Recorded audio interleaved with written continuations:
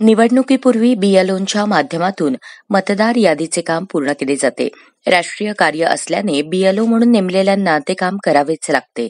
याशिवाय निवडणूक कामासाठी नियुक्त कर्मचाऱ्यांनाही ते कर्तव्य पार पाडावेच लागते.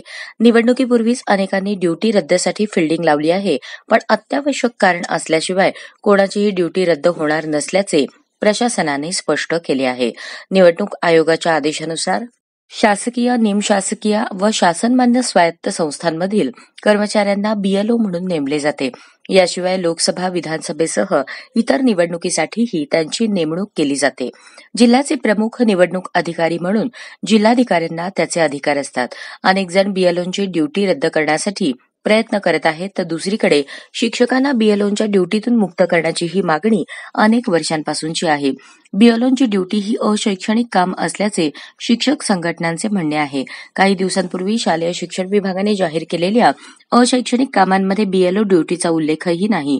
त्यामुळे शिक्षकांना बीएलओंची ड्युटी करावीच लागणार आहे. दरम्यान निवडणूक कामासाठी बहुतेक शाळांमधील शिक्षकांची नेमणूक केली जाते. निवडणूक ड्युटीसाठी आम्ही तयार आहोत, पण बीएलओंची ड्युटी नको अशी शिक्षकांची ठाम भूमिका आहे. दुसरीकडे शिक्षकांच्या मागणीवर जिल्हा प्रशासनाने निवडणूक आयोगाकडे बोट दाखवले आहे.